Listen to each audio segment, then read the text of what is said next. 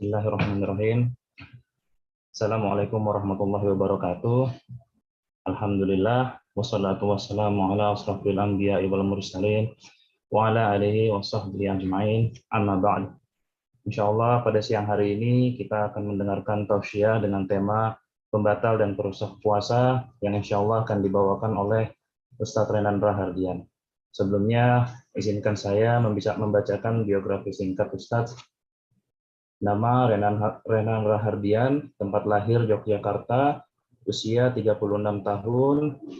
Beliau saat ini pengajar fikih di Islamic Center Binbas 2 Yogyakarta, sekaligus pengasuh Majelis Taklim Ukhuwah Tambun Utara di Bekasi. Bagi teman-teman puskesmas yang ingin bertanya, bisa melalui kolom chat Zoom atau raise hand jika ingin langsung menyampaikan pertanyaan kepada Ustadz. Dan bagi para pendengar di YouTube Puskesmas, bisa menuliskan pertanyaan di kolom komentar. Nantinya pertanyaan akan dipilih oleh moderator untuk dibacakan kepada Ustadz. Yang diutamakan adalah pertanyaan yang sesuai dengan tema kajian, namun boleh bertanya di luar tema apabila waktu mencukupi. Dimohon kepada peserta Zoom akhwat atau yang perempuan agar menonaktifkan video selama kajian dan tidak menampilkan aurat dalam video. Baik, untuk mempersingkat waktu, mari kita simak tausiah pada siang hari ini oleh Ustadz Renan. Tafadhol Ustadz, barakallahu fiikum. Bismillahirrahmanirrahim. Assalamualaikum warahmatullahi wabarakatuh. Waalaikumsalam warahmatullahi Innal wabarakatuh. hamdalillah nahmaduhu wa nasta'inuhu wa nastaghfiruh wa na'udzu billahi min syururi anfusina wa min sayyiati a'malina. Man yahdihillahu fala mudhillalah wa man yudlil fala hadiyalah. Wa asyhadu an la ilaha illallah wahdahu la syarikalah wa asyhadu anna Muhammadan abduhu wa rasuluhu la nabiyya ba'dah. Allahumma shalli wa sallim wa barik ala nabiyyina Muhammadin wa ala alihi wa ashabihi wa man tabi'ahum bi ihsanin ila yaumiddin. Fayaqulu rabbuna tabaraka wa ta'ala ya ayyuhalladzina amanu taqullaha haqqa tuqatih wa la tamutunna illa wa antum muslimun. Amma ba'd fa inna asdaqal kalam kalamullah wa khairal hadi hadi Muhammadin sallallahu alaihi wa ala alihi wasallam wa syarrul umuri muhdatsatuha wa kullu muhdatsatin bid'ah wa kullu bid'atin dhalalah wa kullu dhalalatin finnar. Ikhwani wa akhwati fillah, bapak-bapak dan ibu-ibu jamaah sekalian yang dirahmati oleh Allah Subhanahu wa taala, insyaallah siang hari yang penuh barokah kali ini kita akan gunakan ya untuk mempelajari hadis-hadis Nabi Shallallahu Alaihi Wasallam dan pelajari kembali apa-apa yang dituntunkan oleh beliau Shallallahu Alaihi Wasallam terkait dengan amalan ibadah yang akan kita segera laksanakan, yakni berpuasa di bulan Ramadan. Dan ini sebagaimana yang dijelaskan oleh para alim ulama terdahulu, diantaranya Imam Al-Bukhari ketika beliau membuat judul bab di salah satu kitabnya, Kitabul Ilm, di dalam Sahih Bukhari, beliau menjelaskan bahwasanya al-ilmu qoblal qauli wal amal, bahwasanya ilmu itu harus atau semestinya didahulukan sebelum perkataan dan perbuatan. Nah, maka sudah tepat apa yang kita lakukan pada siang hari ini sebelum kita mempelajari atau sebelum kita nanti masuk di bulan Ramadan dan mengamalkan salah satu amalan khas di bulan Ramadan, ya maka kita mempelajarinya terlebih dahulu seperti itu. Ini sebagaimana yang Allah Subhanahu wa taala perintahkan ketika Allah berfirman fa'lam annahu la ilaha illallah wastaghfir li dzambik. Maka ketahuilah, ilmuilah bahwasanya tiada ilah yang berhak disembah selain Allah, kemudian mohonlah ampun atas dosa-dosamu. Nah, di situ Allah Subhanahu wa taala mendahulukan perintah untuk belajar berilmu sebelum kemudian beramal, yakni istighfar. Nah, termasuk ketika kita mau atau akan memasuki bulan Ramadan, seyogianya atau semestinya kita mempelajari hal-hal yang terkait dengan bulan Ramadan ini. Nah, saya mohon izin untuk share screen ya, semoga belum di setting ya. Apa bisa di hostnya memberikan izin untuk saya share screen? Tafadhol Ustaz.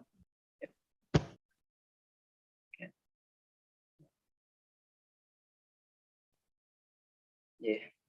Jadi yang akan kita bahas pada siang hari ini insya Allah adalah tentang pembatal-pembatal puasa dan apa-apa yang menjadi perusak gitu ya dari puasa, meskipun mungkin bisa jadi tidak membatalkannya.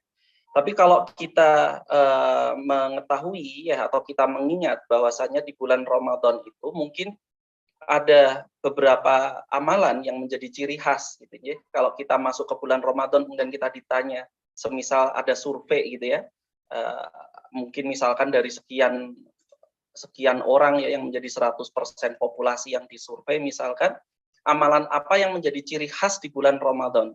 Nah, mungkin yang paling mendekati paling banyak atau mayoritas itu akan mengatakan adalah puasa. Ya, meskipun puasa sendiri bisa diamalkan di luar bulan Ramadan.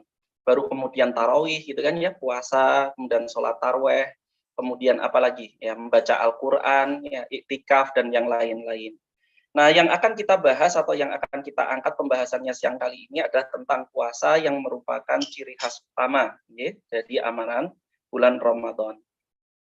Untuk itu kita ingat dulu atau kita perlu untuk mengetahui ya, memahami atau menjadikan satu batasan ya tentang puasa, takrif dari puasa, agar kemudian kita paham apa yang dimaksud selama ini kita melakukan puasa. Ya, takrif ini artinya maknanya ya, maksudnya adalah pengertiannya bahwa puasa itu al-imsaku anil akli wa syurbi wa sairil muftirat ma'an niyati min tulu'il fajri shadiqi ila ghurubi syamsi. Bahwa yang namanya puasa itu secara syariat ya, syar'an artinya adalah al-imsak, menahan diri dari makan dan minum. Anil akli, makanan, wa syurbi, minuman, wa sairil muftirat, dan segala sesuatu yang membatalkan puasa. Yang dia harus disertai niat, dan itu dilaksanakan min tulu'il fajri shadiqi, ya sejak dari terbitnya matahari, terbitnya fajar shadiq, ila ghurubi syamsi, sampai tenggelamnya matahari. Nah, dari situ kita tahu bahwa sebagaimana amalan yang lain, ya, puasa ini memiliki batasan, ya, yang kemudian disebut dengan rukun atau arkan kalau dia jamak. Arkanuhu, rukunnya, yang dimana sesuatu disebut puasa atau sah puasa itu kalau dia memenuhi 3 hal. Pertama, harus disertai niat. Nah, maka nanti hal-hal yang terkait niat, kalau orang itu membatalkan niatnya, maka batal puasanya, kan gitu. Ya, dan orang yang dia puasa meskipun dia sama persis seperti orang yang lain di bulan Ramadan, tapi kalau dia tidak berniat untuk taqarrub ilallah atau mendekatkan diri pada Allah, maka dia tidak dihukumi atau tidak dianggap berpuasa, atau dia tidak akan mendapatkan pahala puasa gitu. Contohnya adalah misalkan ada orang non-Islam yang kemudian ikut-ikutan puasa untuk berolahraga atau untuk kesehatan ya, untuk mengatur diet gitu kan ya, dia berdiet dengan mengikuti puasanya orang Islam atau orang Muslim dari sejak awal fajar shadiq sampai kemudian tenggelamnya matahari. Nah, karena orang ini tidak disertai dengan niat untuk berpuasa mendapatkan pahala dari Allah, ya taqarruban ilallah, ya dia tidak berniat mendekatkan diri pada Allah, maka dia tidak dinilai berpuasa. Ini yang dimaksud dengan rukun yang pertama. Kemudian rukun yang kedua, al-imsaku anil muftirat. Dia menahan diri dari pembatal-pembatalnya. Nah, inilah yang akan menjadi poin penting untuk kita bahas sebenarnya pada siang hari ini. Jadi dia adalah menahan diri. Kalau disebutkan amalan yang lain, ya, kalau panjenengan atau kita semua mengingat, ya, amalan-amalan yang lain itu kan melakukan satu hal yang sifatnya aktif. Ya. Kita sholat mulai dari takbiratul ihram sampai kemudian salam, kan gitu ya. Jadi dia tahrimuhu at-takbir wa tahliluhu as-salam, di mana dia segala sesuatu yang awalnya itu halal dia jadi haram setelah takbiratul ihram, dan kemudian menjadi halal kembali setelah salam. Jadi ada perbuatan, ada usaha, effort gitu ya. Kemudian kita juga kalau berwudu itu ada sebuah kegiatan yang sifatnya aktif. Tapi puasa ini sedikit berbeda dengan yang lain. Puasa itu bisa dikatakan semi pasif, di mana puasa itu al-imsak, menahan diri. Menahan diri itu ya cukup dengan tidak melakukan gitu ya. Jadi bukan harus melakukan sesuatu, tapi cukup untuk tidak melakukan sesuatu. Nah, ini yang disebut dengan al-imsak gitu ya. Al-imsak anil muftirat. Maka kapanpun panjenengan itu ya memiliki niat ya untuk taqarrub pada Allah, beribadah pada Allah, kemudian tidak melakukan pembatal-pembatal puasa gitu ya, kemudian menyiapkan diri untuk berpuasa, dan itu mulai sejak subuh sampai kemudian maghrib ya, terbit fajar shadiq sampai kemudian tenggelam matahari, maka kita dinilai sebagai orang yang sedang puasa atau disebut shaimun. Seperti itu. Jadi rukun yang ketiga adalah waktu. Nah, kalau yang pertama, kedua terpenuhi tapi waktunya tidak terpenuhi, contohnya misalkan nanti orang yang mengalami haid ya. Haid udah mepet sekali, tinggal 15 menit sebelum kemudian matahari tenggelam dia haid. Maka apa yang dilakukan berupa niatnya ya, al-imsak anil muftirat ya, itu menjadi tidak sah ya, artinya batal puasanya kan gitu. Karena apa? Karena yang namanya puasa itu harus min tulu'il fajri as-shadiqi ila ghurubi syamsi. Jadi sejak terbitnya fajar shadiq sampai tenggelamnya matahari. Nah, ini yang harus kita pahami pertama gitu ya. Kemudian kita lanjut ke inti dari pembahasan kita, muftiratus shaim ya. Muftiratus shaimi yakni adalah pembatal-pembatal orang yang sedang berpuasa. Nah, wahia asya'u allati tufsidu ala shaimi saumahu wa tuftiruhu, yaitu adalah perkara-perkara yang itu merusak ya, merusak puasanya seorang yang sedang berpuasa, wa tuftiru ya, dan kemudian membatalkan puasanya. Jadi tidak hanya rusak tapi juga batal, seperti itu ya, artinya tidak sah. Yang pertama, ya, pembatal puasa yang pertama ini perkara yang paling jelas atau paling mudah untuk kita ingat sebenarnya ya, karena puasanya anak kecil pun dia akan diarahkan kepada pembatal yang pertama ini untuk tidak dilakukan, yaitu adalah al-aklu ya, atau awisyurbu ya, awisyurbu amdan ya. Makan maupun ataupun minum secara sengaja. Al-aklu awisyurbu amdan, harus dengan sengaja kalau dia membatalkan. Ini berdasarkan firman Allah Subhanahu wa taala. Dalilnya adalah firman Allah Subhanahu wa taala surat Al-Baqarah ayat 187. Ketika Allah Subhanahu wa taala berfirman, wa kulu washrabu hatta yatabayyana lakumul khaytul abyadu minal khaytil aswadi minal fajri summa atimus siyama ilal lail. Ya. Dan makanlah serta minumlah kalian hatta sampai kemudian jelas kepada kalian atau bagi kalian itu al khaytul abyad ya, benang yang berwarna putih, minal khaytil aswad, dari benang yang warnanya hitam, minal fajri, maksudnya adalah fajar shadiq.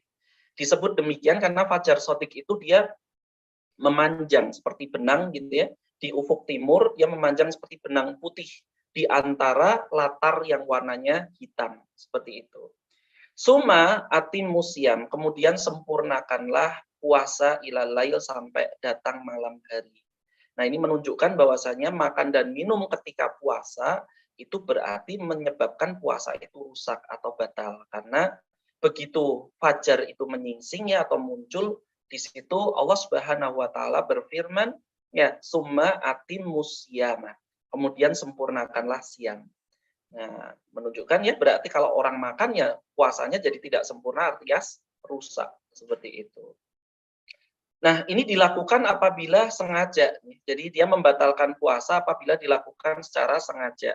Nah, dilakukan secara sengaja. Adapun jika tidak sengaja karena lupa ataupun tertelannya, mungkin misalkan ada seorang yang sedang sedang jalan kemudian kepleset. Nah, keplesetnya kok sampai kemudian masuk minuman gitu ya, misalnya minuman merek tertentu, minuman ringan yang sampai tertelan, atau kemudian kepleset tapi kemudian masuk nasi. Masya Allah.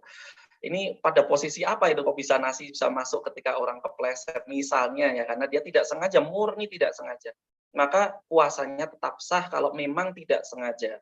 Dan itu adalah rahasia antara dia dan Allah Subhanahu wa taala. Nah, ini sebagaimana Kanjeng Nabi Shallallahu alaihi wasallam ya, beliau bersabda, "Man nasiya wa huwa shaimun", barang siapa yang terluput sedangkan dia dalam keadaan berpuasa, fa'akala au syariba, kemudian dia makan atau minum karena lupa gitu ya. Fal yutimma saumahu, maka hendaknya dia menyempurnakan puasanya, menunjukkan bahwa puasanya tidak batal. fa innama at'amahullahu wa saqah.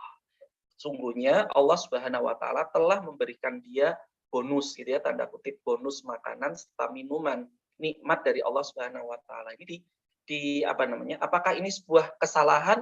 Ya, kalau dalam hal itu karena ini fa innama at'amahullah, bahwa Allah yang memberikan makan, maka ini ada sebuah nikmat, bukan kesalahan ya. Orang tersebut boleh untuk bersyukur. Tapi kalau memang benar-benar karena lupa, gitu ya, jangan dibuat-buat lupa. Nah, jadi fal yutimma saumahu menunjukkan bahwasanya puasanya nggak batal, ya, tidak batal karena dia diperintahkan untuk menyempurnakan puasa tersebut. Nah, di situ Allah Subhanahu wa taala yang memberikan makan wasaqah ya dan minuman kepada dia.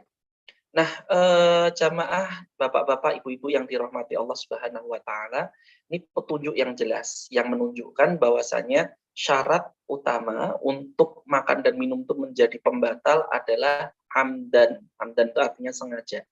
Jadi dilakukan dengan sengaja. Nah, nanti ada beberapa hal mungkin dari pembatal ini karena pembatal puasa itu sebenarnya tidak lebih dari hitungan jari ya. Kalau dia yang berasal dari dalil-dalil yang secara langsung atau sharih tegas.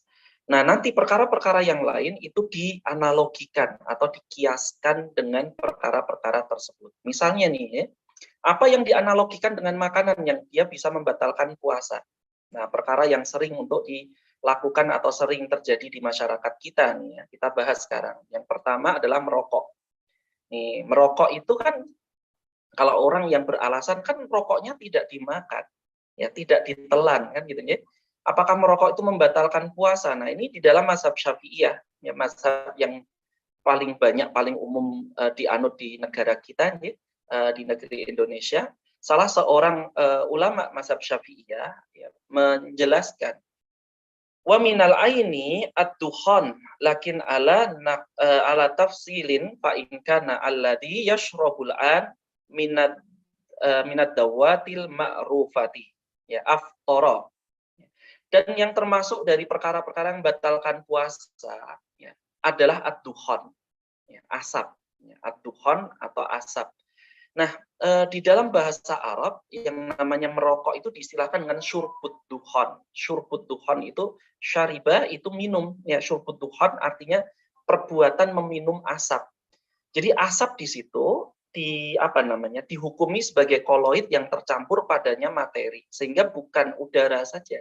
Ya artinya dia mengandung partikel-partikel padat yang memang secara fisik nanti bisa masuk ke dalam kerongkongan sampai kemudian saluran pencernaan. Meskipun memang mayoritasnya dia masuk ke dalam tenggorokan dan kemudian ke paru-paru gitu ya. Tapi tidak menutup kemungkinan sebagiannya itu akan masuk ke dalam kerongkongan ya, saluran pencernaan.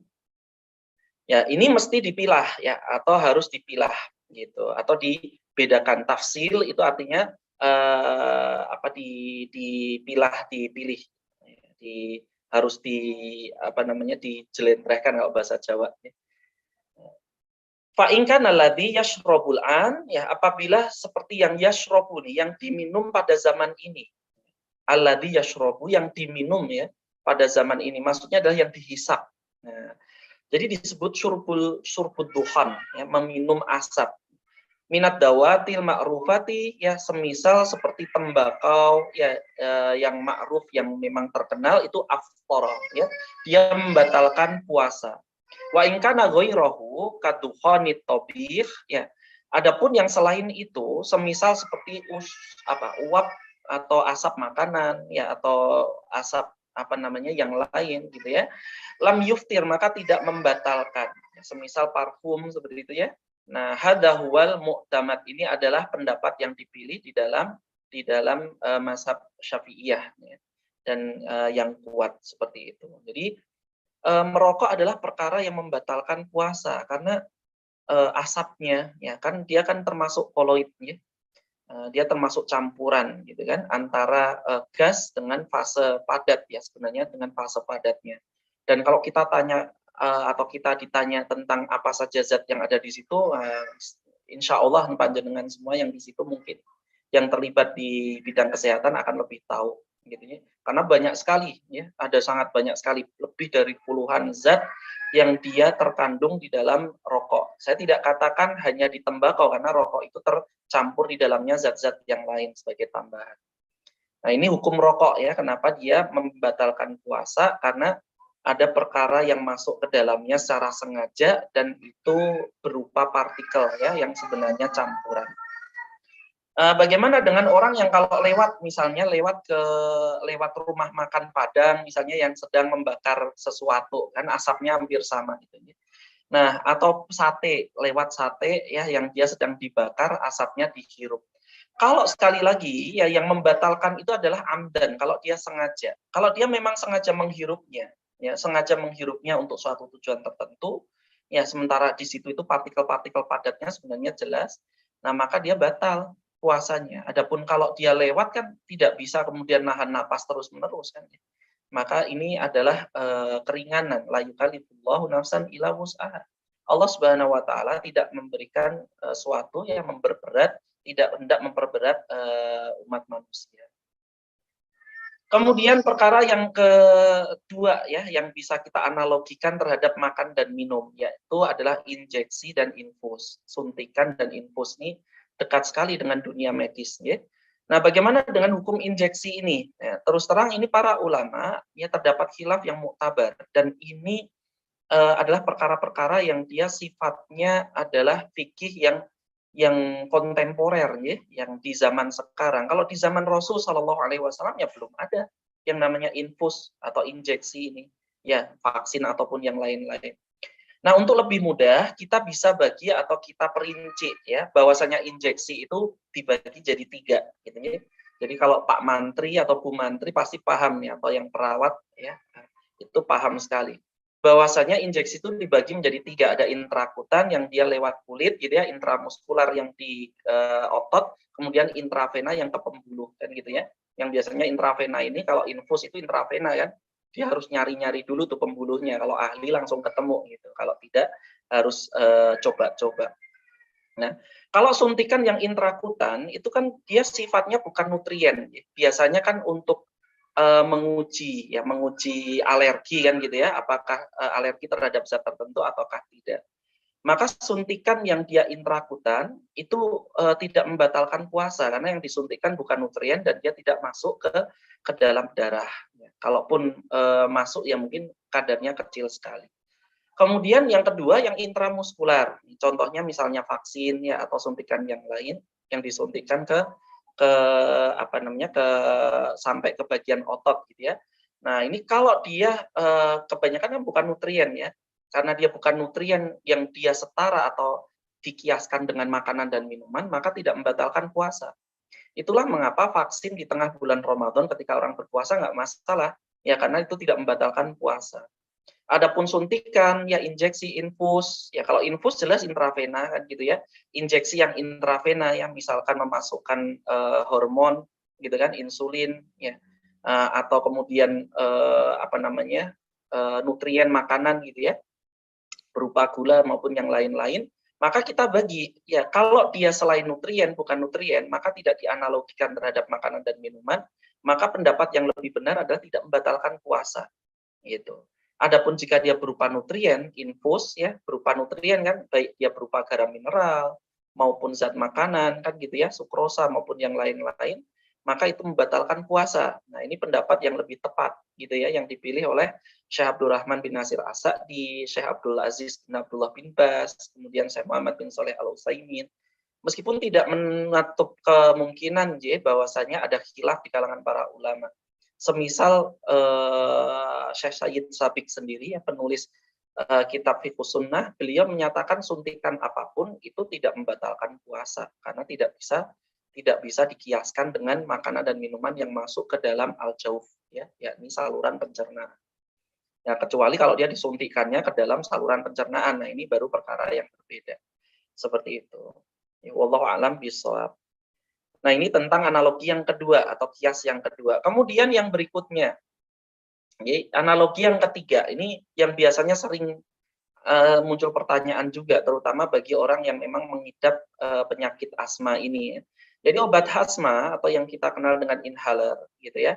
ini apakah membatalkan puasa atau tidak? Nah, maka jawabannya yang lebih tepat adalah dia boleh dan tidak membatalkan puasa, ya. Boleh dan tidak membatalkan puasa. Ini sebagaimana fatwa yang dijelaskan oleh Syekh Abdul Aziz bin Abdullah bin Bas ketika beliau menyatakan, ya, wabuhah, ya, babuhahu arabwi la yufattiru li'annahu ghazun, ya.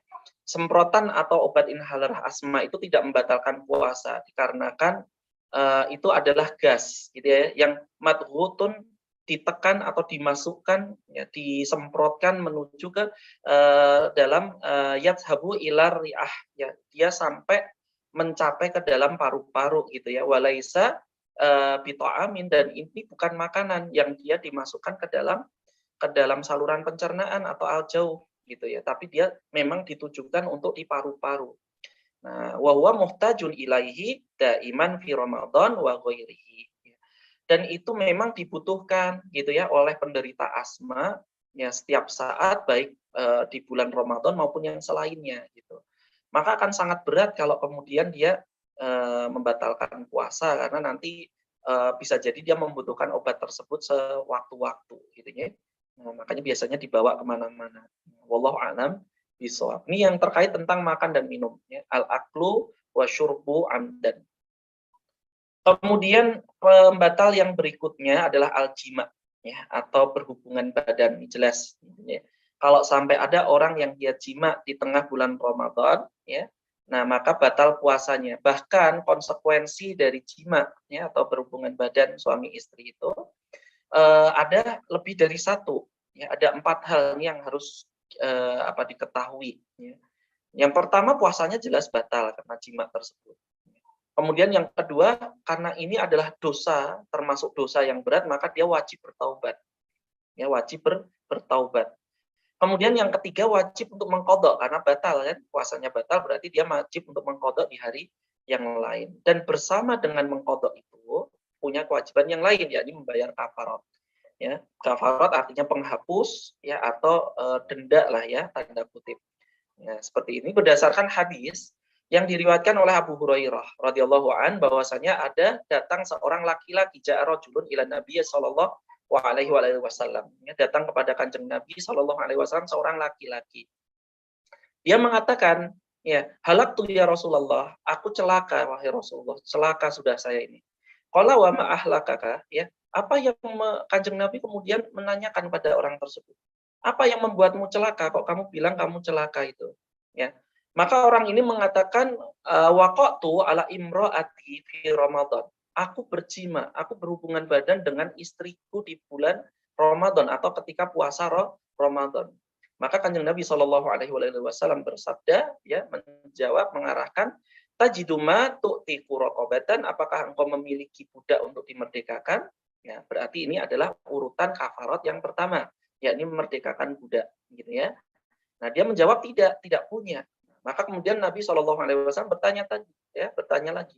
Fahal tastati'u antasuma syahraini mutatabi'aini, apakah engkau mampu untuk berpuasa 2 bulan berturut-turut? Ya, berturut-turut itu ya berarti mirip seperti orang yang mengobati TBC itu, ya, TB, ya. Ya, jadi minum obatnya tiap hari. Nah, ini puasa tiap hari berturut-turut. Kalau sampai putus, nah maka diulang lagi, gitu.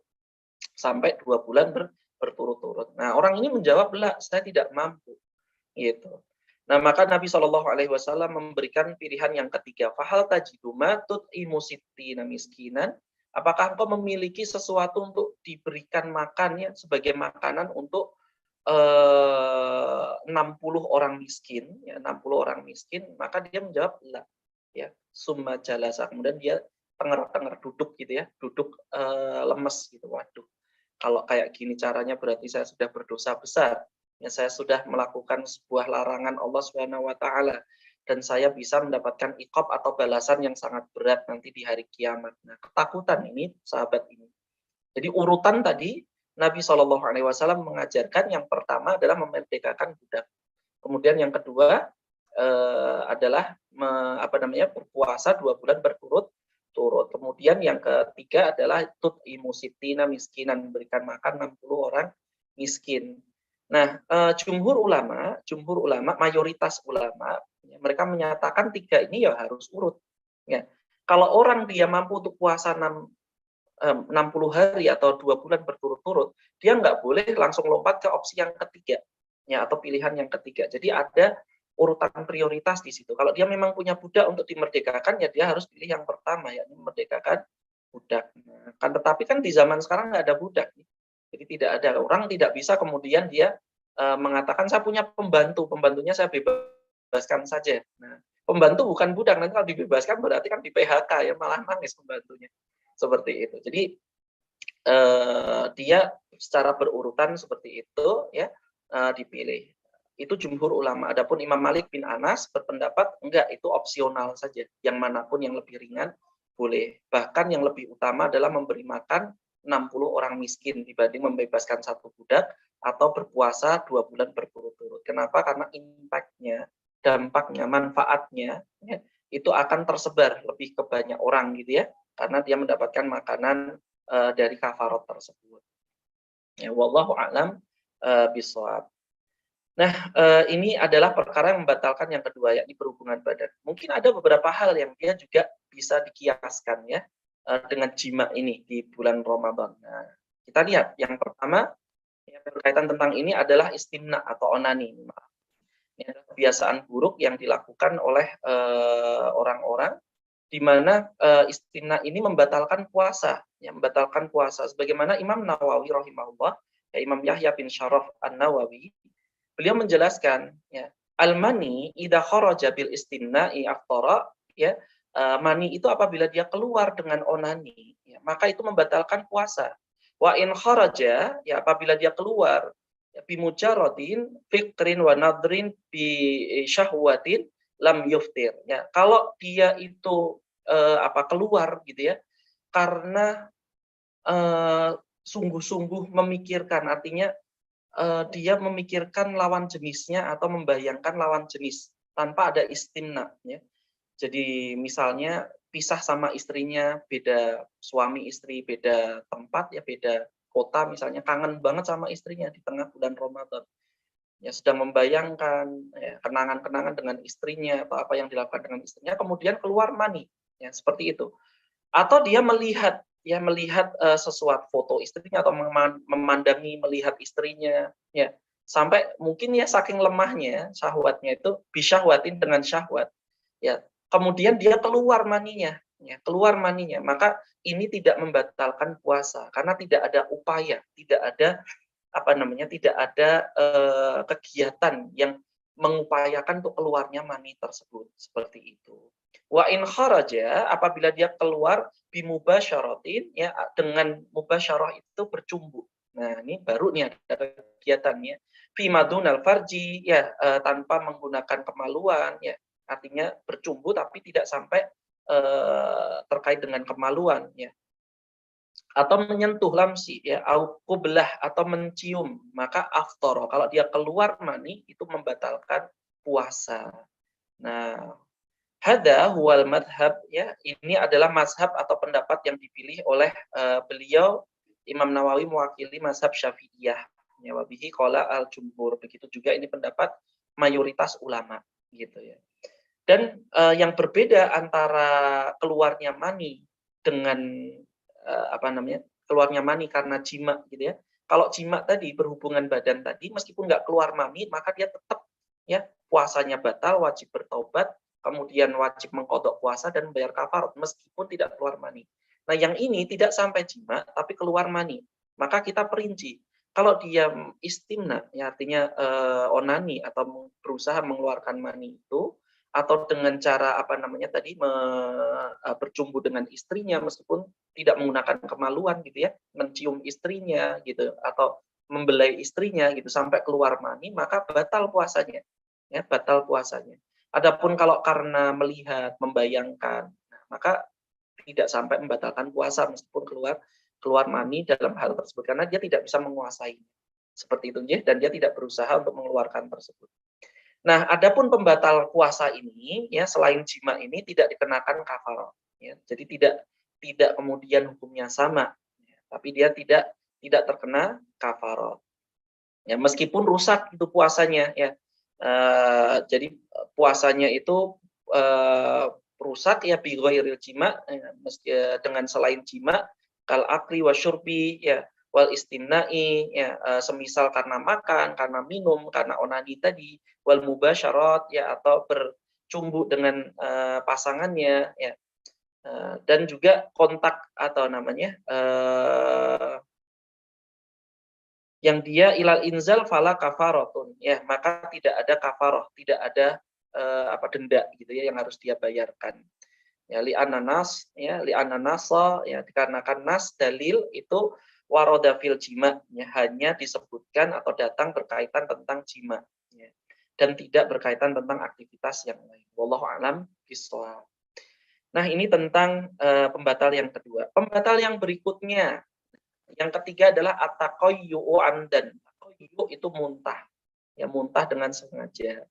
Apa itu taqayyu'? Nah, secara syar'i para ulama menjelaskan bahwa ikhraju ma fi mu'dati min ta'amin aw syarabin antori kilfami amdan, yakni keluarnya apa-apa yang ada di dalam perutnya, fi mu'dah ya, dari dalam perut, min ta'amin berupa makanan, aw syarabin atau minuman gitu ya, antori kifami amdan dari mulut gitu, lewat jalur mulut, amdan secara sengaja. Jadi bagaimana cara orang itu membuat muntah secara sengaja ya? Bisa dengan dicolok-colok gitu ya, atau kemudian misalnya ya dia seperti orang yang dia menelan atau tertelan kemasukan sesuatu yang berbahaya kan gitu ya, dia dimuntahkan dengan cara dicolok-colok di bagian pangkal rongga mulut gitu kan. Nah, sehingga di situ saraf-sarafnya mendorong untuk lambung itu kemudian untuk mendorong makanan ke atas gitu ya, kemudian keluar. Seperti itu. Jadi terbuka sphincternya kan gitu ya. Nah, seperti itu. Wallahu a'lam bishawab. Nah, jadi kalau dia muntah itu sengaja, maka batal puasanya. Jadi sengaja untuk dibuat muntah. Karena dengan demikian nanti kan makanan itu akan melewati saluran kerongkongan seperti itu ya. Adapun jika muntah itu tidak sengaja karena masuk angin mungkin ya, atau karena secara fisik kontak fisik dengan sesuatu yang kemudian menyebabkan dia muntah, atau mencium sesuatu yang menyebabkan nggak sengaja ya, menyebabkan dia terdorong untuk muntah. Seperti itu maka puasanya tidak batal, kecuali jika memang dia mencium aroma sesuatu untuk memang sengaja supaya termuntahkan gitu ya. Nah, ini berdasarkan sabda Kanjeng Nabi Shallallahu alaihi wasallam, "Man dara'ahul qai'u fala qada alaihi." Barang siapa yang dara'ahu dikalahkan oleh al-qai'u muntahnya, artinya dia tidak bisa nahan muntahnya, gitu kan, tidak sengaja. Fala qada alaihi. Maka tidak ada qada atas puasanya. Artinya puasanya nggak batal berarti kan? Karena kalau dia batal wajib qada tuh, mengganti puasa di luar bulan Ramadan gitu. Waman istaqa'ah, dan orang yang istaqa'ah itu berusaha untuk membuat muntah, artinya sengaja untuk membuat muntah dirinya. Fa'alaihil qada, maka wajib baginya mengqada, berarti dia batal tuh puasanya. Seperti itu. Nah, ini hadis yang diriwayatkan Imam Abu Dawud dan Tirmizi. Berdasarkan ini muntah dengan sengaja. Jadi sifat amdan bagi makan, minum, ya muntah, bahkan sebagian ulama mengatakan jima. Saya rasa kok agak aneh juga ya kalau jima tidak sengaja. Jima karena lupa di tengah bulan Ramadan. Ini bulan Ramadan toh, dia sudah berhubungan dengan istrinya. Ini kan jarang-jarang, ya, jarang-jarang. Tapi kalau terjadi pun, para ulama menjelaskan bahwasanya hukumnya umum, bahwasanya dia batal puasanya kalau yang tadi. Kalau jima loh ya. Kalau jima dia batal puasanya dan dia wajib membayar kafaratnya. Sedangkan jumhur ulama menyatakan enggak, dia batal puasanya tapi enggak bayar kafarat karena kan tidak ingat gitu ya. Dia tidak sengaja. Nah, ini yang ketiga. Kemudian yang keempat nih bagi wanita nih, al-haid wa nifas ya, haid dan nifas. Nah, haid sebagaimana yang Pak Jenengan sudah pahami ya, ini siklus bulanan wanita di mana secara hormonal kan memang seperti itu, di mana siklusnya ketika dia masuk pada fase-fase di mana kemudian hormonnya menyebabkan peluruhan dinding rahim ya, endometrium, maka dia haid tuh. dia haid keluar darah. Dengan keluarnya darah itu, ya dengan keluarnya cairan berupa darah itu atau endometrium itu yang biasanya karena ada pembuluh darah dan disertai dengan saraf yang menyebabkan nyeri gitu ya, meskipun tidak selalu. Nah, dengan keluarnya itu maka batal tuh puasanya. Batal puasanya meskipun hampir masuk waktu berbuka. Begitu juga nifas. Nifas itu darah yang menyertai kelahiran gitu kan ya. Jadi ketika orang hamil sudah pada asar nih, dikit lagi 1 jam lagi misalkan sudah jam 5, dia sudah berbuka tuh. Tapi ternyata jam 5 keluar darah ya, sudah pecah kemudian keluar darah. Nah, ini darah yang karena kelahiran ini ya, maka ini adalah darah nifas, sudah masuk darah nifas hitungannya. Maka batal itu puasanya untuk hari tersebut, seperti itu. Maka wanita yang dia sedang haid atau nifas, haram hukumnya untuk berpuasa. Kalau dia memang sedang seperti itu, maka tidak boleh. Dan kalau dia memaksakan diri, nggak sah puasanya, kan gitu ya. Meskipun ikhlas, meskipun dia terpenuhi rukun-rukunnya tadi, tapi dia tidak memenuhi syaratnya. Kenapa? Karena sucinya perempuan dari haid dan nifas ini merupakan syarat sahnya puasa, seperti itu. Nah, dia tidak boleh berpuasa, haram hukumnya berpuasa dan tidak sah kalau kemudian dia memaksakan diri. Dan dia wajib mengqadha di hari lain. Nah, ini berdasarkan hadis Kanjeng Nabi SAW dari Abu Sa'id Al-Khudri, bahwasanya beliau bertanya ya untuk memancing pertanyaan yang retoris. Alaisa idza hadat lam tusalli wa lam tasum? Bukankah wanita itu kalau dia sedang haid, maka dia tidak sholat dan tidak puasa? Nah, ini pertanyaan yang retoris. Kanjeng Nabi SAW bertanya kepada kaum wanita yang justru berarti memberitahu gitu ya. Jadi maknanya justru adalah khobar, pemberitahu Pak, kan gitu. Bahwa berarti kalau orang sedang mengalami haid yang nanti dikiaskan juga padanya itu nifas ya. Nah, maka dia tidak boleh sholat dan puasa. Fadzalika ya. Begitu juga manukson diniha. Nah, yang demikianlah minukson ya yang dimaksud separuh dari agama para wanita. Karena dia tidak bisa sempurna sepenuhnya ketika melaksanakan perintah di bulan Ramadan, ada saatnya kemudian dia tidak berpuasa dan lain-lain. Wallahu a'lam bishawab. Kemudian yang kelima, dan ini merupakan pembatal yang terakhir yang disepakati, ya, ariddah. Ariddah itu murtad, keluar dari Islam. Nah, murtad itu menyebabkan terhapusnya semua pahala amalan, bukan hanya puasa, sholat juga. Kalau dia di tengah sholat kemudian murtad, keluar dari Islam ya dengan keyakinannya, maka dia batal itu sholatnya dan semua amalan yang lain. Ini berdasarkan firman Allah Subhanahu wa taala surat Az-Zumar ayat 65. Dan ini khitabnya yang diberitahukan kepada Kanjeng Nabi SAW dan para nabi yang lain.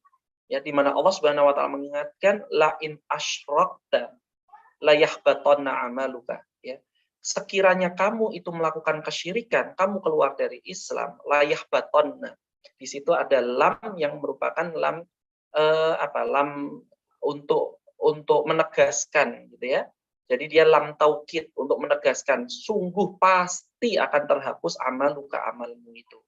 Nah, maka murtad ya atau keluar dari Islam itu membatalkan puasa. Dan juga batal juga amalan-amalan yang lain seperti itu ya. Nah, wallahu a'lam bishawab. Nah, nanti mungkin perkara-perkara yang baru kontemporer itu akan dikiaskan, dianalogikan dengan pembatal-pembatal tadi. Mungkin di sebagian kitab atau ada yang mungkin membahas bahwasanya pembatal puasa yang ke-6 adalah berbekam, gitu ya. Berbekam. Tapi wallahu alam bishawab, berbekam ini yang lebih benar adalah tidak membatalkan puasa sebagaimana pendapat jumhur ulama ya, dalam mazhab Syafi'iyah. Berbekam itu hanya makruh saja ya, hanya makruh karena hukumnya terhapuskan gitu. Jadi dia sudah diperbolehkan ya menjadi perkara yang diperbolehkan oleh Nabi Shallallahu Alaihi Wasallam ya, selama tidak memperberat gitu ya. Nah, nanti dikiaskan dengan berbekam ini sebenarnya adalah orang menyumbang darah. Nah, menyumbang darah ke ke PMI atau ke orang lain gitu ya, untuk transfusi darah. Nah, apakah dia membatalkan puasa? Kalau kemudian bagi mazhab Hambaliyah yang berpendapat bahwasanya berbekam itu membatalkan puasa, maka batal puasanya gitu. Tapi kalau hukumnya hanya makruh ya, dan ini yang lebih tepat hanya makruh selama tidak sampai membahayakan ya. Kalau dia membahayakan maka jangan, mending di malam hari lah pas tidak puasa gitu ya. Dia menyumbangkan darahnya itu. Seperti itu. Wallahu a'lam bishawab ya.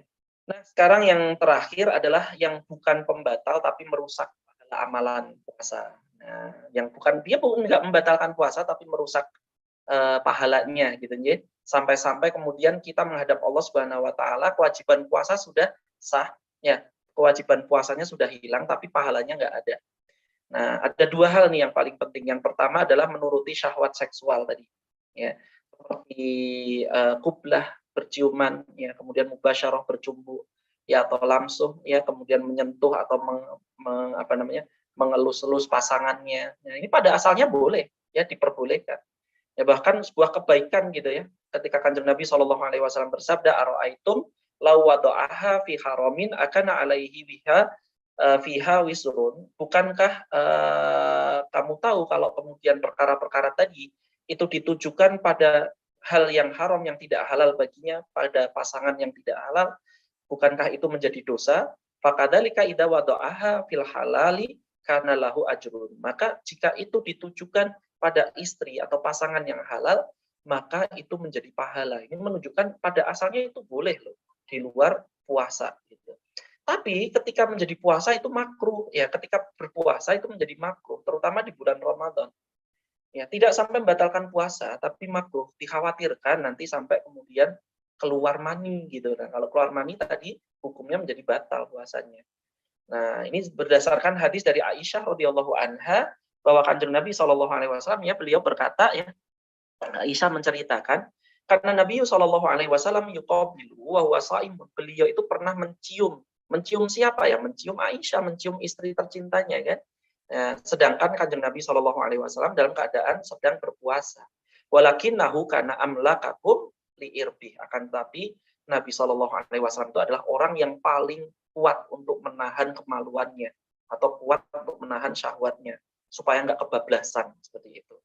Nah, ini menunjukkan hukumnya menjadi makruh bagi kita ya, terutama yang masih muda tuh, ya, yang di bawah 40 tahun. Kalau sudah di atas 50 tahun ya kayaknya sih jangankan kok di bulan Ramadan ya, setelah bulan Ramadan, di luar bulan Ramadan pun mungkin perbuatan-perbuatan ini atau perkara ini jarang dilakukan gitu ya. Jadi kalau dia sampai keluar mani batal. Kemudian yang kedua adalah berkaitan dengan lisan. Berbicara kotor, mengumpat, berdusta gitu ya. Nah, lisan yang tidak dijaga ketika berpuasa itu menyebabkan hilangnya pahala-pahala puasa ya. Meskipun tetap sah puasanya. Nah, ini sebagaimana Kanjeng Nabi Shallallahu alaihi wasallam bersabda, "Man lam yada' qaula zur wal amala bihi." Ya, barang siapa tidak meninggalkan perkataan bohong, ya, perkataan dusta, wal amala bihi, dan melakukan kedustaan, membohongi orang lain. Ya, wal jahla, atau perkataan yang bodoh. Ya, perkataan yang dia itu kotor. Perkataan yang dia rofas. Rofas itu perkataan yang mengandung porno, ya, sifat pornografi atau porno aksi, menggambarkan seperti itu. Yang sebenarnya kalau pada istrinya atau pasangan sah itu boleh-boleh saja, tapi di bulan Ramadan harus dihindari dulu gitu. Falaisa lillahi hajatun fi an yada'a ta'amahu wa syarabahu. Maka Allah Subhanahu wa taala itu tidak memiliki hajat. Allah tidak punya kepentingan dia itu mau meninggalkan makan maupun minum, tapi tidak meninggalkan perkataan bohong, perkataan dusta, perbuatan yang bodoh, menyakiti orang lain. Nah, maka Allah itu segan, nggak mau ngurus tentang puasanya yang menahan diri dari makan dan minum tadi. Seakan-akan tidak akan diberikan pahala kan gitu kan. Ya, sehingga sah-sah saja tapi tidak berpahala. Karena sungguhnya makna puasa itu kan sebenarnya menahan al-imsak tadi ya, dari tiga hal atau perkara tubuh kita yang ditahan itu adalah pertama perut dari pembatal-pembatal puasa tadi, ya, syahwat perut, misalnya makanan al-aklu wasyurbu atau minuman gitu kan. Begitu dia menahan lisan dari perusak-perusaknya, meskipun tidak membatalkan puasa, tapi pahalanya hilang. Dan juga menahan jiwa, ini yang lebih tinggi. Yang paling tinggi adalah puasa orang yang dia mempuasakan al-imsak binafsi. Ya, dia menahan jiwanya dari amarah, dari nafsu secara umum. Ya, sehingga kemudian menjadikan dia hamba yang sempurna di hadapan Allah Subhanahu wa taala, yakni hamba yang bertakwa. Sebagaimana Allah Subhanahu wa taala berfirman, "Ya ayyuhalladzina amanu kutiba alaikumusiyam kama kutiba alal ladzina min qablikum la'allakum tattaqun." Wahai orang-orang yang beriman, diwajibkan atas kalian berpuasa sebagaimana orang-orang terdahulu sebelum kalian diwajibkan hal yang sama. La'allakum tattaqun. Niscaya pastilah kalau kalian itu berpuasa dengan sesungguh-sungguhnya, niscaya kalian atau pastilah kalian menjadi pribadi yang bertakwa. Nah, ini yang dimaksud dengan berpuasanya perut, lisan, dan jiwa tadi. Seperti itu. Jadi kalau kita kok belum bertakwa setelah berpuasa, jadi bisa jadi atau mungkin kita baru puasa perut, belum puasa lisan atau puasa jiwa. Wallahu a'lam bishawab. Alhamdulillah. Aku qouli hadza wa astaghfirullah li wa lakum wa li sairil mu'minin fastaghfiruhu innahu wal ghafurur rahim. Monggo kalau mungkin ada yang hendak ditanyakan. Masya Allah, jazakallah khairan atas ilmunya Ustaz. Lengkap sekali pembahasannya dari sisi medis, baik dari sisi agama juga, syariat, Masya Allah. Luar biasa. Barakallahu fikum. Baik, untuk pertanyaan, mungkin ini ada pertanyaan yang masuk Ustaz. Izin saya bacakan. Bismillahirrahmanirrahim. Assalamualaikum. Apabila malam berhubungan suami istri dan bangun subuh kesiangan, apakah puasanya sah bila dilanjutkan walaupun tidak sahur? Jazakallah khairan.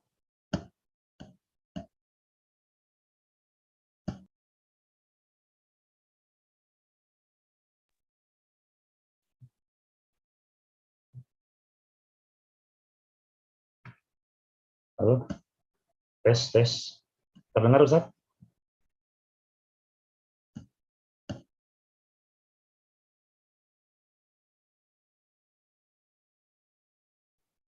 Host, nah masya Allah. Awan ya Afwan, tadi Ustaz, ya. saya Afwan. mute jadi Saya lupa juga, saya Ustaz. mute jadi tidak Iya. bisa unmute. Tafadhol, Terima kasih, pertanyaan yang bagus sekali. Bagaimana dengan orang yang dia melakukan jima ya, dengan suaminya atau dengan istrinya sampai kemudian terbit matahari, kemudian siang tanpa kemudian bersahur, apakah dia melanjutkan puasa atau puasanya batal atau bagaimana? Nah, ini yang pertama harus kita ketahui ya, bahwasanya sahur itu bukan syarat sah puasa. Artinya orang yang dia tidak bersahur nggak masalah, itu adalah sunnah ya. Bersahur itu adalah sunnah yang dia muakkadah, ditekankan ya, sunnah yang ditekankan ketika berpuasa ya, karena banyak sekali manfaatnya, diantaranya misalkan sabda Nabi SAW, tasahharu fa inna fi sahuri barokatan. Nah, bersahurlah kamu karena sesungguhnya di dalam sahur itu ada barokahnya gitu ya, kebaikan yang banyak terus bertambah dan langgeng seperti itu. Nah, bagaimana kalau orang dia dia dalam keadaan berhadas besar, berarti kan dia berhadas besar dalam keadaan junub gitu ya. Kemudian sudah masuk waktu subuh dalam keadaan berpuasa. Nah, maka ini sebagaimana Nabi Shallallahu alaihi wasallam pernah mengalaminya. Sebuah hadis yang diriwayatkan dari Aisyah radhiyallahu taala anha ya, yang diriwayatkan hadis sahih dari Imam Bukhari dari Aisyah dan Ummu Salamah, dua istri Kanjeng Nabi Shallallahu alaihi wasallam. Nabi Shallallahu alaihi wasallam, bahwa Kanjeng Nabi Shallallahu alaihi wasallam karena yusbahu junuban min jima'in, bahwa beliau itu pernah masuk waktu subuh, berarti sudah terbit fajar. Masuk waktu subuh dalam keadaan junub ya, karena melakukan jima sebelumnya. Summa yaftasilu, kemudian beliau mandi wa yasumu, kemudian beliau pun berpuasa. Nah, perhatikan apa yang beliau lakukan ini ya, bahkan di dalam riwayat Imam Muslim dari Ummu Salamah dinyatakan wala yakti, tidak ada qadha ya, tidak ada qadha, berarti puasanya itu jelas sah, tidak batal. Karena apa yang dilakukan oleh Nabi Shallallahu alaihi wasallam itu menunjukkan bahwasannya beliau tetap berpuasa, melanjutkan puasa gitu ya. Tapi mandi junub dulu ya. Kenapa? Karena kan subuh, sudah masuk waktu subuh atau lewat ya, dia harus segera mandi junub atau mandi besar, kemudian sholat subuh dan melanjutkan puasa. ya, dan ini tidak masalah seperti itu. Wallahu a'lam bishawab. Jazakallahu khair Ustaz atas jawabannya. Pertanyaan selanjutnya, Bismillahirrahmanirrahim. Izin bertanya Ustaz, saya tahu ada sunnah untuk insyiqaq atau menghirup air ketika wudhu, dan saya sangat sulit untuk melakukan hal tersebut. Bahkan pernah berapa kali mencoba selalu tersedak dan batuk. Seberapa besarkah sunnah yang ditekankan untuk hal ini, dan bagaimana puasanya apabila mencoba insyiqaq tapi ternyata malah tersedak dan tertelan airnya atau mungkin muntah? Jazakallahu khair Ustaz. Jazakallah khair. Terima kasih. Ya, alhamdulillah pertanyaan yang bagus juga. Yang kedua tentang istinsyak namanya, ya. Bukan istinsyaq tapi istinsyak. Istinsyak itu menghirup air lewat hidung, menghirup air lewat hidung yang nanti dia padanannya atau pasangannya adalah istinsar. Istinsar itu menghembuskannya. Nah, istinsyak dan istinsar ini adalah perkara yang dicontohkan oleh Nabi Shallallahu Alaihi Wasallam ketika berwudu. Ya, ketika berwudu, jadi salah satu dari rukun wudu adalah membasuh wajah, ya, membasuh wajah. Jadi ketika beliau Shallallahu Alaihi Wasallam ya mempraktekkan membasuh wajah, sebelumnya beliau berkumur-kumur, ya, madmadah summa istinsyak. Ya, istinsyak ini kemudian mengambil air dengan tangan, ya, bisa satu tangkupan satu tangan atau dua tangan seperti itu, kemudian dihirup sedikit sampai masuk nanti ke area rongga hidung, ya, kafum nasal, kemudian disemprotkan seperti itu dengan istinsar namanya kalau menyemprotkan. Nah, ini hukumnya sunnah, ya, sunnah muakkadah. Apakah perkaranya wajib yang kalau tidak dilakukan kemudian dia menjadi berdosa? Ya, wallahu a'lam bishawab, yang saya ketahui tidak ada yang berpendapat bahwa ini adalah perkara wajib. Ini adalah keutamaan atau kesempurnaan wudhu, gitu ya, kesempurnaan wudhu. Itulah mengapa di dalam mazhab Syafi'iyah tidak sampai perkara tersebut menjadi suatu yang sangat ditekankan. Artinya kalau kemudian orang itu membasahi lubang hidung, meskipun ya yang benar nggak kayak gitu. Yang benar itu adalah istinsyak tadi, menghirup air. Nah, bagaimana caranya? Ini memang butuh latihan, ya. Karena pertama pasti sakit, ngilu atau nyeri. Karena kan bagaimanapun juga di bagian rongga atas, bagian atas rongga hidung kita itu kan banyak pembuluh darahnya. Nah, begitu juga kan ada konka yang disebut banyak pembuluh darah, kemudian juga banyak celah-celah, kan, sinus, ya, celah yang menyebabkan kalau air itu disemprotkan terkadang juga ngilu atau sakit, nyeri. Nah, maka butuh latihan pelan-pelan. Kalau orang belum bisa, ya jangan dipaksakan ini, ya, terutama di bulan Ramadan. Nah, di bulan Ramadan salah satu hal yang dimakruhkan adalah istinsyak dengan benar-benar atau dengan sungguh-sungguh. Ya, begitu juga madmadah. Jadi boleh beliau Shallallahu Alaihi Wasallam, ya, beliau memberitahukan boleh orang yang berpuasa itu berkumur-kumur dan istinsyak, tapi jangan bersungguh-sungguh. Ya, nah, kenapa? Karena kita itu diperintahkan sebenarnya untuk istinsyak secara sungguh-sungguh kecuali di tengah bulan Ramadan atau ketika berpuasa. Nah, ini menunjukkan kan konsekuensi sebaliknya, ya. Ketika berpuasa berarti jangan terlalu serius gitu, ya. Cukuplah dengan menghirup dikit kemudian dihembuskan saja. Ini di tengah bulan Ramadan seperti itu. Ya. Kalau sampai kemudian tertelan, nah ini yang hati-hati, sama seperti orang yang kemudian karena perkaranya makruh. Asalnya makruh, ya, asalnya makruh kecuali dia memang sengaja ingin dihirup untuk diminum. Ya, kalau dia memang nggak sengaja, namanya nggak sengaja, kan? Nasian itu berarti perkara yang tidak sengaja. Ya. Bisa karena lupa atau tergelincir lah, ya, kepleset, istilahnya itu tanda kutipnya, nggak bisa ditahan. Gitu. Nah, maka termaafkan insya Allah. Ya. Sama seperti orang orang di tengah bulan Ramadan berenang. Boleh nggak berenang? Boleh saja, tapi makruh. Kenapa dimakruhkan? Karena orang yang dia tidak terbiasa renang, ada aja kejadian dia minum air gitu. Dan kalau dia tahu pasti pada saatnya nanti akan terminum airnya, tapi dia paksakan berenang, jadi haram gitu. Ya, kenapa? Karena dia pasti tahu kan nanti pasti nggak sengaja terminum ini. Nah, itu berarti namanya sengaja. Sengajanya sengaja apa? Dia datang ke kolam renang. Sama seperti ketika orang istinsyak, dia tahu pasti akan tertelan, ya maka dia nggak boleh, jangan istinsyak. ya dia biasa aja. Karena hukumnya juga bukan perkara yang wajib di dalam wudhu ya. Nah, ini berdasar pendapat yang muhtamad. Wallahu a'lam bishawab. Masya Allah, ilmunya sangat banyak ya kita terima pada siang hari ini. Untuk pertanyaan sepertinya sudah habis, Ustadz. Alhamdulillah. Mungkin ada tambahan sebelum ditutup, Ustadz, tips atau nasihat sedikit untuk menjelang Ramadan ini, Ustadz.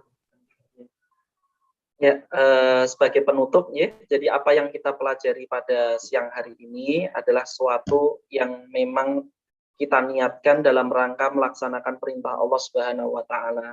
Di mana Allah Subhanahu wa taala berfirman mengingatkan pada kita, wala taqfu ma laisa laka bihi ilmun inna sam'a wal basara wal fu'ada kullu ulaika kana anhu mas'ula. Janganlah kalian itu mengikuti apa-apa yang engkau tidak punya ilmu tentangnya, ya.